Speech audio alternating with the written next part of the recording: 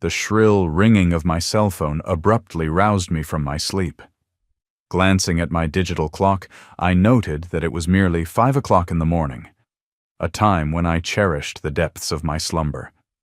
Given that receiving a call on a Saturday at such an early hour was highly unusual, I immediately assumed that something urgent must be happening. My pulse quickened as I fumbled for the phone, and in a drowsy state I managed a sluggish greeting into the receiver. To my astonishment, the voice on the other end belonged to my neighbor Karen, a person with whom I had only ever exchanged polite nods and half-smiles over the fence. Without even a proper inquiry or pleasantries, she launched into the conversation with a brisk, "How are you?" and then immediately proceeded to demand access to my garage, leaving me utterly taken aback. Karen explained that she needed a set of keys to my property because her son, Aiden, was scheduled for a short visit and required a place to park his oversized SUV on my premises. She claimed that her own garage was too small and lacked the necessary clearance for his tall vehicle. Acting as though we were longtime confidants or that we'd casually discussed such arrangements before, she left me struggling to comprehend her request, even in my half-asleep haze. In a rapid-fire monologue, she rambled on about Aiden's imminent arrival, his new job, her overwhelming pride in his achievements, and his plans to celebrate with a road trip. Although I could appreciate her excitement, her subsequent demand was utterly perplexing. Rather than simply asking me to move my own car to free up some space, she insisted on obtaining a duplicate of my keys, a set that would grant her access not only to my garage but also to the backyard gate and every locked part of my property, all to supposedly protect Aiden's vehicle from potential thieves. The notion struck me as completely absurd. At 5 in the morning, the entire situation felt surreal, as if I were caught in a bizarre dream. I listened, in a dazed state, to her request, which seemed as casual as borrowing a cup of sugar. When I hesitated and declined her unusual demand, she took offense and huffed, "But I need your garage. Our space simply cannot accommodate his enormous SUV.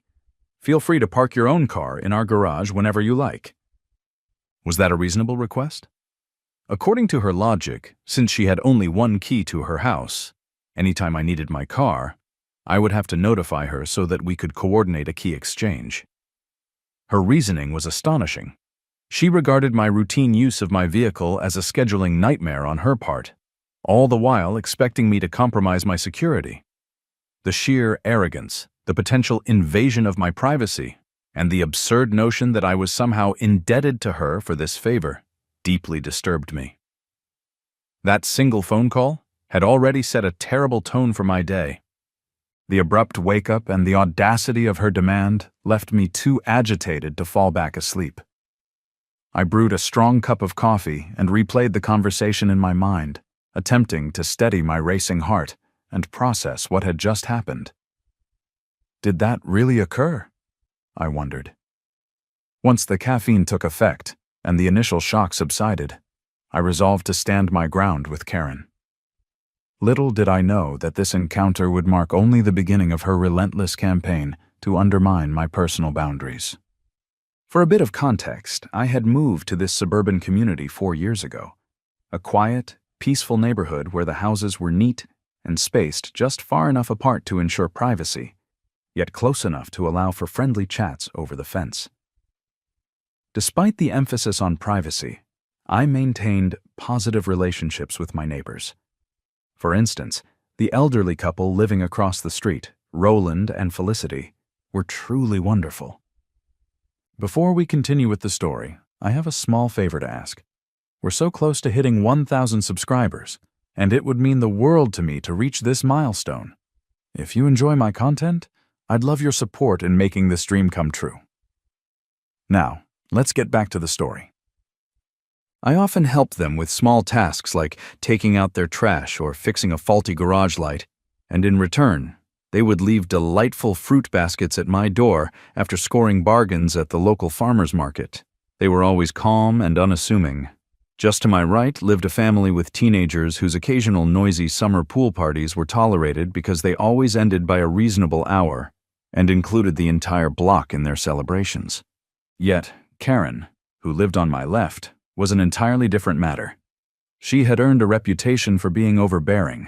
For example, she might send frantic texts at 10 p.m. simply because your porch light was shining into her window, yet she would conveniently ignore it when her own dog howled all day. Furthermore, she took every opportunity to brag about her house, even though in our development, every home was practically identical, save for a few minor touches. In all my previous encounters with Karen, our interactions had been limited to polite waves or half-hearted smiles near the mailbox. However, word among the neighbors was that she had been involved in numerous disputes over property lines, shared fences, and noise issues. That fateful morning's call was the first time Karen had made such a direct and audacious demand, and it was truly staggering.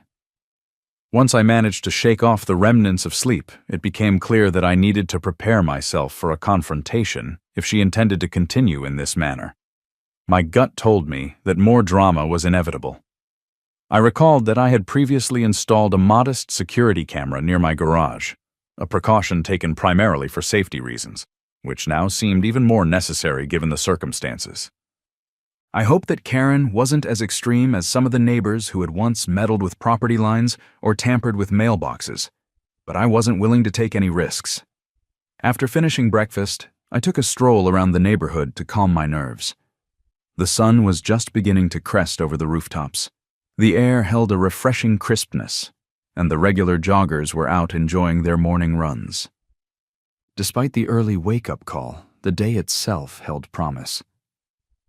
There were no storms on the horizon, and a gentle breeze rustled through the trees in a way that accentuated the scenic calm, a major reason why I had chosen to buy my home here.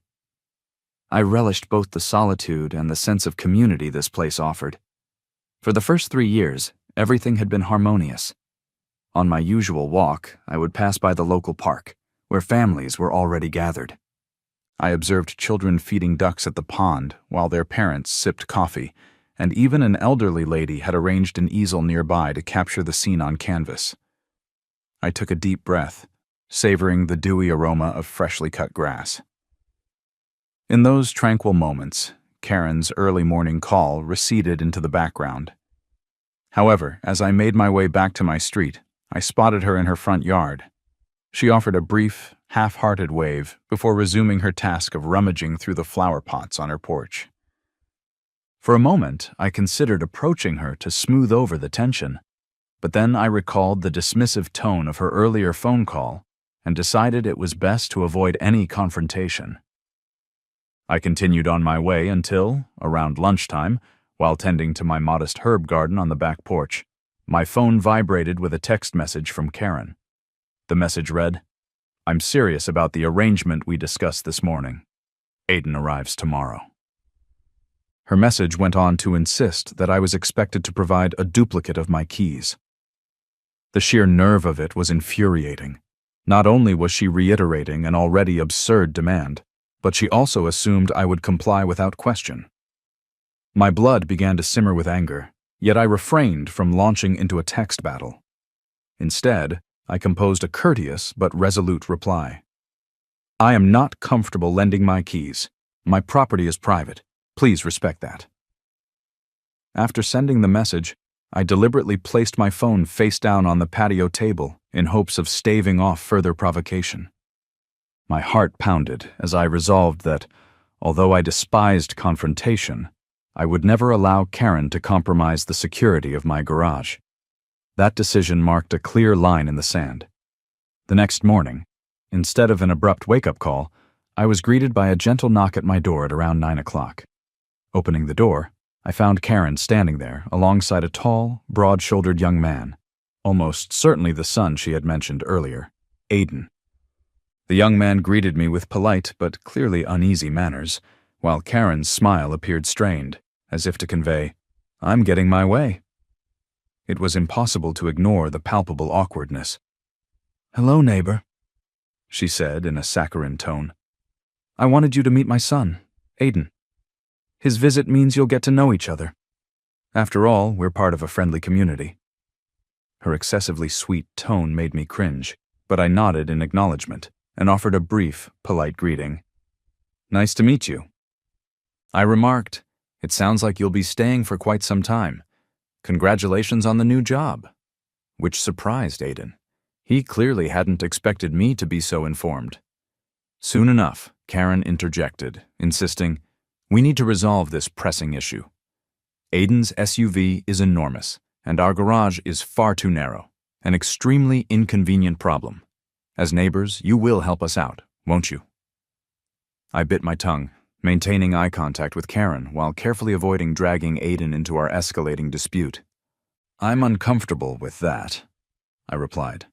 "I value my privacy and security. Besides, the city permits street parking for short-term guests, or perhaps you could rearrange the items in your own garage." Karen's expression darkened, her forced smile tightening, yet I remained unwavering.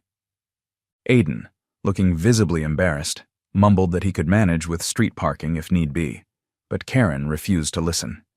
In a frustrated tone, she chastised, "That's not very neighborly," as she led her son away by the arm. As they departed, I caught her muttering that I was being stubborn and inconsiderate. Aiden offered a non-committal shrug and a small wave in what seemed to be an apologetic gesture. Deep down, I sensed that Karen was far from finished. Later that afternoon, another text from Karen arrived. People like her rarely accept a simple no. This time, the message spanned several paragraphs, describing how Aiden was struggling to find a spot on the street, expressing worries about potential vandalism, and emphasizing that his visit would be brief. In her message, she even offered bags of mulch and stones from a recent landscaping project as compensation for my supposed sacrifice of security. I replied firmly, "I'm sorry, but my answer remains no." What surprised me next was that Karen began telling other neighbors that I was being uncooperative and unhelpful to a new resident. I was completely unaware of her back-channel efforts until one day, during a gentle chat with Roland and Felicity across the street, Felicity asked, "Are you having a conflict with Karen? She's been mentioning you quite a bit lately." I soon learned that Karen had been tearfully complaining about how poor Aiden had nowhere to park and how I was being utterly unreasonable. Without mincing words, Roland shook his head as I reiterated, "Property rights are property rights." Though I maintained that I had every right to refuse sharing my keys, Karen persisted, insisting that my declination was nothing more than a minor favor I was withholding out of spite. Roland gave me a knowing look and said, "We all know you, and this doesn't sound like you at all. We believe she's just trying to stir the pot." While I was both annoyed and grateful for their support, I resented that Karen was involving the entire neighborhood in our private dispute. I explained to them that Karen's demand was excessive and invasive, and they wholeheartedly agreed. "We would never allow someone access to our garage," Felicity affirmed. The solidarity of my neighbors provided a measure of comfort. In the days that followed, Karen and Aiden frantically rearranged items in their own garage in a desperate attempt to accommodate the SUV. And to everyone's surprise, shifting boxes and garden tools around somehow made enough room. I assumed that once they had sorted out their parking issues, the drama would dissipate and life would return to normal. Instead, Karen's pettiness escalated. She began quarreling over trivial matters seemingly to punish me. One morning, as I stepped outside to water my plants, I discovered a note attached to my fence stating, "Your hedge is encroaching on my property." I remembered having measured that hedge before, and it was clearly aligned with my property line. The hedge was perfectly maintained and within my boundaries, yet Karen claimed it was an eyesore intruding into her yard. That same day, she bombarded me with a series of texts complaining that my porch light was too bright at night and was disturbing her sleep, even though my porch light was merely a modest LED fixture that barely illuminated more than a few feet in front of my door. Her grievances soon escalated into random notes left in my mailbox about trash day regulations, despite my strict adherence to them. At times, I half expected a note complaining that my roof was the wrong color, or that my mailbox wasn't polished enough. The entire situation was utterly ridiculous. I tried my best to ignore the provocations, hoping that non-engagement might eventually tire her out, yet Karen was not one to be easily deterred. One afternoon, after returning from errands, I was startled to see Karen standing in my driveway, leaning casually against my closed garage door, a clear sign that the tension had reached a breaking point. I stepped out of my car, bracing myself, and greeted her cautiously. "Hello, Karen, can I help you?" She straightened up, folded her arms, and replied curtly, "Yes." I explained that I was searching for a package that might have been mistakenly delivered to my address. The delivery driver had mentioned that the package was left on a front porch, though not mine. I scanned the area but found nothing. "I'll let you know if I come across it," I said confidently. Unconvinced, she pursed her lips and then inquired, "May I check your garage? Perhaps the delivery driver left it there by mistake." The very suggestion struck me as absurd. I found it perplexing that any delivery driver would attempt to open my garage since they wouldn't have the access code, and I never leave it unlocked. "That's simply not how deliveries work, Karen. My garage isn't open for inspection at will," I explained firmly. She waved me off dismissively, adding, "You never know. Perhaps the driver saw a note or was confused." I struggled to maintain my composure and reiterated, "Karen, I assure you that your package is not in my garage." Rolling her eyes, she muttered something like, "You're just so unhelpful," and then stormed off. I stood there in disbelief that she would intrude on my property over such a trivial matter. After she left, I promptly reviewed my security camera footage to ensure that she hadn't tampered with my garage or done anything else invasive. It was around this time that another twist in the story began. Our Homeowners Association, HOA, holds quarterly meetings during which we typically discuss landscaping rules, parking regulations, and community events. Like many of my neighbors, I usually avoided these meetings because they were rather tedious. However, given Karen's barrage of complaints, I suspected she might bring my name up. So, on that particular day, I decided to attend. The meeting was convened in a modest community center near the neighborhood entrance and was attended by about 30 residents, a fairly robust turnout. We covered topics ranging from holiday decoration budgets to reminders about yard upkeep.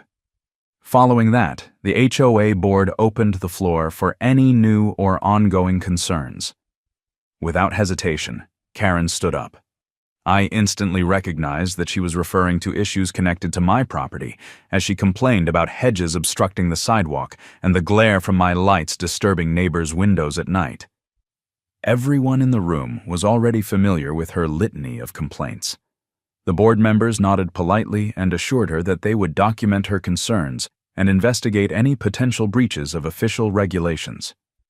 At one point, Karen cast a sidelong glance in my direction when the board asked for complaint addresses, though she never mentioned my name outright. She wrapped up her remarks by saying, "We all desire a peaceful neighborhood, so I hope these issues can be addressed promptly." I sat silently, resisting the urge to respond directly. Her vague accusations were clearly meant to prevent any straightforward defense. The irony was not lost on me. Here was Karen, the same person who had tried to force her way into my garage, now invoking the need for neighborhood peace. After she finished, another resident raised the issue of cars parked too close to fire hydrants, and the meeting continued. I briefly considered raising the topic of harassment, but decided to wait until I had more evidence of Karen's misconduct. Later that evening, as I was taking out the trash, I noticed Aiden maneuvering his large SUV into Karen's driveway. The vehicle barely fit after he skillfully angled it, and as he stepped out, he offered me a sheepish wave. I walked over and exchanged greetings with him. We had a brief conversation about his new job and how he was enjoying his visit, and I found him to be a genuinely nice person, a stark contrast to his domineering mother. When I asked if the garage situation was resolved, he merely shrugged and cast an anxious glance toward Karen's window, saying, "Mom just worries a lot, I guess." I remarked that I had no objection to street parking or even squeezing vehicles into my own garage, but that Karen seemed to believe her designated spot was somehow superior. I apologized for her mischief, which provided a small measure of relief. It was evident that Aidan was not the instigator here, and I reassured him that I held no ill will toward him. He apologized again and bid me good night, which only reinforced my belief that Karen's demands were driven solely by her own sense of entitlement.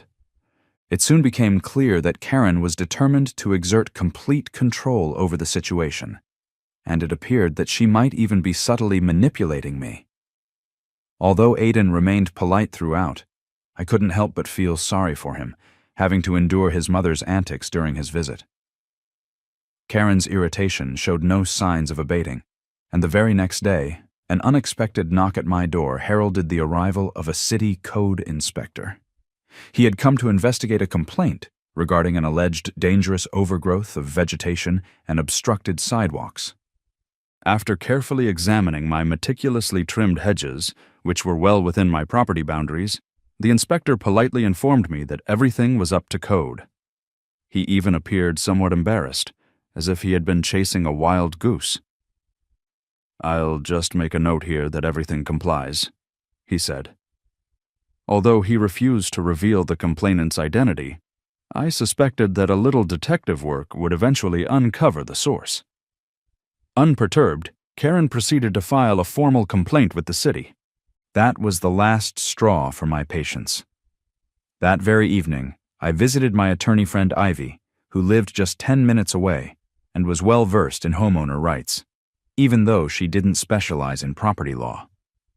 Over a cup of coffee, I recounted the entire sequence of events, from the 5 a.m. phone call and Karen's outrageous demand for my keys, to the barrage of petty notes, the contentious HOA meeting, and the city complaint. When I mentioned that Karen had demanded a copy of my keys, Ivy rolled her eyes and remarked, "That's utterly ridiculous."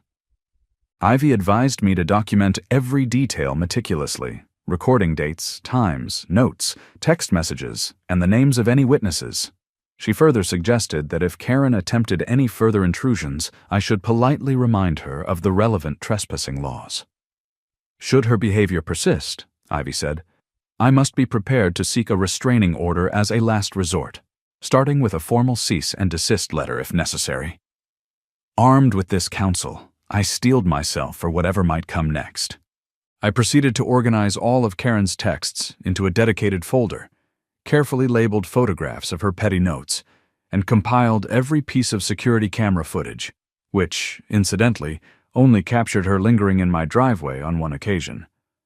I resolved that if her harassment continued unabated, I would not hesitate to pursue legal action. True to form, a few days later, Karen appeared at my doorstep once more, this time visibly furious about what she claimed were mysterious paint chips drifting from my property onto hers. I do occasionally paint upcycled furniture in a small outdoor area, but I always make sure to clean up thoroughly afterward.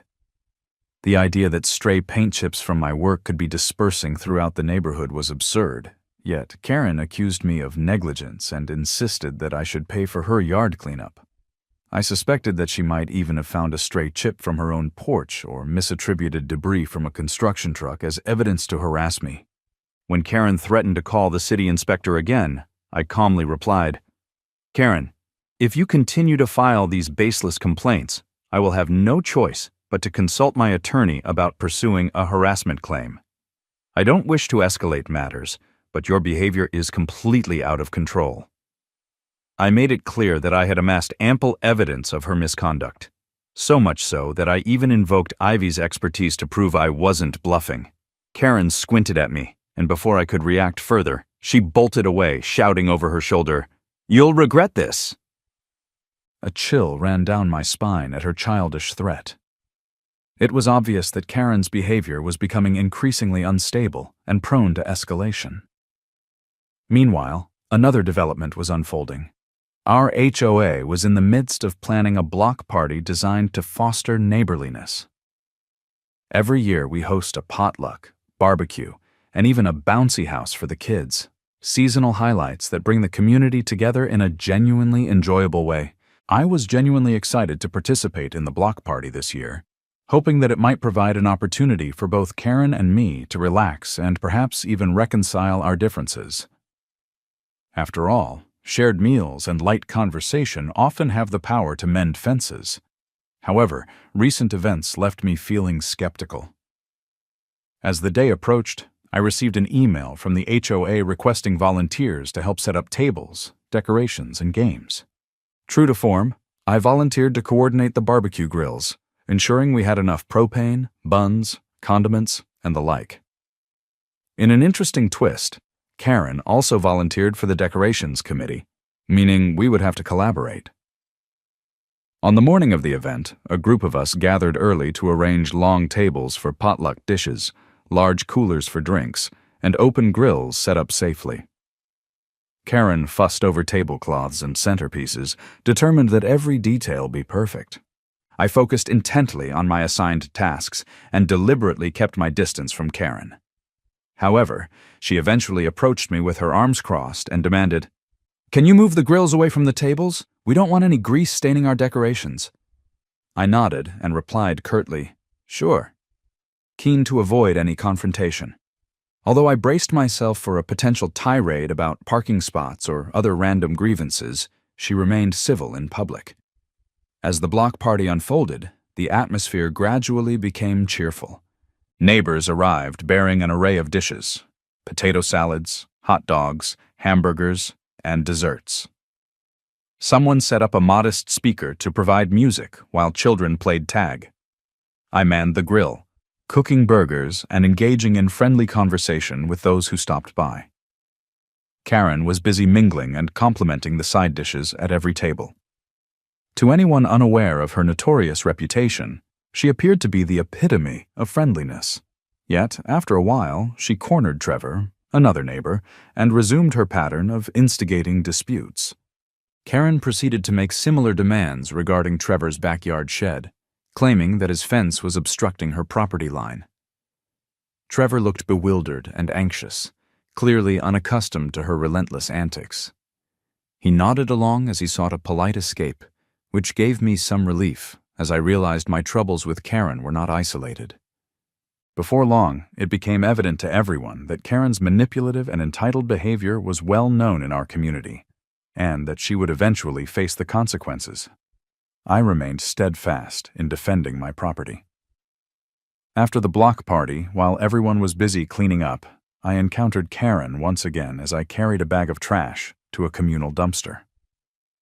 Aiden was by her side, holding a plate of leftovers. To my astonishment, Karen sighed theatrically and remarked in a feigned tone, "That was a nice party, wasn't it?" I nodded cautiously. Then she continued without preamble, "Since it's such a lovely day, why don't we revisit our conversation?" Pointing directly at me, she added, "Aiden is still here for another week, and we'd really appreciate access to your garage. You see, I have been trying to make things work, haven't I?" I nearly dropped my trash bag in shock at her brazen request. She referenced the block party, an event she had not organized herself, as an expression of personal goodwill toward me. Aiden looked visibly embarrassed and began to protest, "Mom, it's really not that big a deal." But Karen abruptly interrupted him, exclaiming at the top of her lungs, "As I've already stated, no. I am not giving you my keys, and your son cannot park in my garage. This is final. This party does not change the fact that you are unbelievably selfish." Her outburst drew the attention of several onlookers, and with a disdainful shake of her head, she stormed off, leaving Aiden trailing behind with a look of regret. Within a few days, when her efforts to coerce me into surrendering my keys had failed, Karen resorted to sabotage. One morning, I discovered that my sprinkler settings had been tampered with. My timed sprinklers were now randomly drenching my driveway and front porch. Initially, I assumed it was a technical glitch, but when it recurred, I grew suspicious. Acting on a hunch, I reviewed the security footage and saw someone sneaking into my yard, pressing buttons on the control box. The individual's stature and gait strongly suggested it was Karen, although the hoodie they wore obscured their face. It was reminiscent of her unpredictable, erratic behavior. I saved the footage and the following day confronted her. "Karen, I don't want any trouble. but I have video evidence of someone tampering with my sprinkler system. I would appreciate it if this stopped." She crossed her arms, her expression blank, and replied, "I have no idea what you're talking about. Do you really think I'd sneak around your yard at night messing with your sprinklers? I have far more important things to do." Her predictable denial irked me, and for a moment, I nearly considered reporting the trespassing to the police, though I ultimately refrained from escalating the situation. Nonetheless, I made it clear that I possessed the camera footage and warned her that if such incidents continued, I would not hesitate to involve law enforcement. With a dismissive roll of her eyes, she returned indoors. For several days, no further incidents occurred, and I hoped my message had finally been received. Aiden eventually left, and his SUV was no longer a factor, leading me to believe that Karen might finally be deflated. However, a new surge of drama emerged when I received a letter from the Neighborhood Betterment Committee. The letter, though typed and unsigned, was unmistakably Karen's work. It stated, "Your refusal to cooperate with your neighbors has been duly noted. We kindly suggest that you attend a mandatory hearing on how to be a supportive community member." The document even included a date, time, and location for the hearing, details that had not been sanctioned by the HOA. It was evident that Karen was attempting to intimidate me. That letter was the final straw. The very next day, I filed a formal complaint at the local police station, presenting them with the security footage, text messages, the baseless paperwork from the city complaint, and the intimidating letter. The officers informed me that if the footage clearly identified her, they could investigate her behavior, either by checking on her well-being or by discussing the trespassing incidents with her. According to the officer, Karen's actions bordered on harassment, even though it was ostensibly a neighborly dispute. He mentioned that if her behavior persisted, I could consider obtaining a restraining order. Before taking any further legal action, I drafted a stern yet civil cease and desist letter, with Ivy's help, that meticulously detailed all of Karen's transgressions, including her demands for keys, the trespassing incidents, her petty complaints, and the baseless city code reports. We cited relevant local harassment and trespassing statutes and made it clear that if she continued, we would pursue every available legal remedy. Ivy explained that such a letter often has the effect of changing behavior because it unequivocally demonstrates that you mean business. To ensure proof of receipt, I sent the letter via certified mail. A few days later, I received confirmation of delivery, though initially there was no further communication. Following the delivery confirmation, Karen's behavior became noticeably subdued. I no longer received unpleasant mail, early morning calls, or further city complaints. The sudden calm was almost eerie, leaving me to wonder whether the storm had passed or was merely biding its time. A week later, there was a knock at my door, and when I opened it, I found Karen standing there. But this time, without a frown. Instead, she looked unusually calm, even a little nervous. Her quiet words caught me off guard. In a hushed tone, she said, "I received your letter. I don't like legal threats." Standing firm, I replied, "Karen, it's a notice, not a threat. Your actions have crossed a line." With a resigned sigh, she murmured, "I'm just trying to protect my rights," while averting her gaze. For a fleeting moment, it seemed she might apologize, but then she continued, "I wasn't trying to cause real harm. I just thought you were being unreasonable and that things had gotten out of hand." After a brief pause, as if searching for the right words, she finally added, "I won't bother you anymore. Let's just keep to ourselves, please." It wasn't a heartfelt apology or a truly happy resolution, but it was enough for me to believe that she might finally back down. I replied, "Yes, if you respect my boundaries, I will respect yours." With that, Karen left, and over the following weeks, the tension in the neighborhood gradually subsided. Subsequently, Karen ceased meddling with my property and stopped leaving petty notes. At subsequent HOA meetings, she shifted her focus entirely to a new cause, advocating for the installation of more speed bumps on our street. I sighed with relief, convinced that the cease and desist letter had finally done its job. Later, Trevor, the same neighbor whom Karen had previously cornered about his fence, mentioned that she had received a stern warning from the HOA for filing false or exaggerated complaints. Apparently, after several neighbors complained, the HOA board had reached its limit. They threatened to fine her and even revoke her privileges to host events at the community clubhouse if she continued her disruptive behavior. Trevor noted that although she was initially furious, she eventually calmed down. In essence, her punishment was limited to official warnings and the looming threat of fines, a resolution that, frankly, I was glad to see. This outcome was exactly what I had hoped for. Karen faced consequences without the need for further police involvement. Although she never offered me a sincere apology, that was acceptable. I didn't need one. Most importantly, my property rights and personal boundaries were being respected. As for Aiden, to the best of my knowledge, he remained blissfully unaware of his mother's antics. After about a month, Aiden briefly returned, parking his SUV in the reorganized space of their garage, where boxes and garden tools had been arranged to create room for his vehicle, or opting for street parking when necessary. In any case, it was none of my concern. I seldom saw him, but whenever we crossed paths, he always greeted me politely. On one final note, the city inspector who had initially visited to address the vegetation complaint later stopped by my house on his own to check for any code violations. He confirmed that everything was in order and even apologized for the inconvenience, and we parted on amicable terms. The official confirmation that Karen's complaints were entirely unfounded was a huge relief.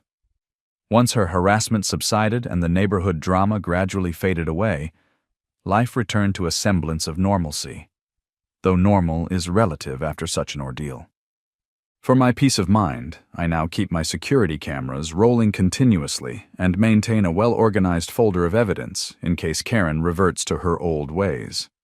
For now, a sense of calm prevails. I can water my herb garden in the morning without worrying about intruders in my yard, and I can check my mail without encountering bizarre notes. Most importantly, my garage keys remain solely in my possession. Karen might have learned from all this and offered a genuine apology, but that was never to be expected from her. All I can hope is that the legal consequences have tempered her sense of entitlement. Lately, she seems to be complaining about far less personal matters, such as the city's sidewalk maintenance or the perpetually full parking lot at the library, issues that are none of my concern. The moral of the story is that you have every right to defend your property and personal boundaries. Being a good neighbor does not mean allowing others to dictate your life. Sometimes, you must be prepared to document every misdeed, stand firm, and even take legal action if necessary.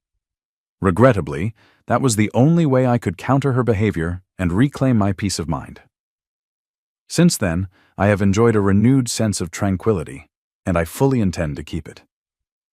If Karen chooses to remain superficially friendly while continuing her hostile behavior, that is her prerogative.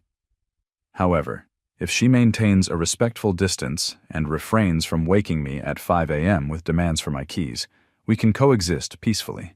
Should she cross the line again, I am fully prepared to respond swiftly with the comprehensive documentation I have gathered.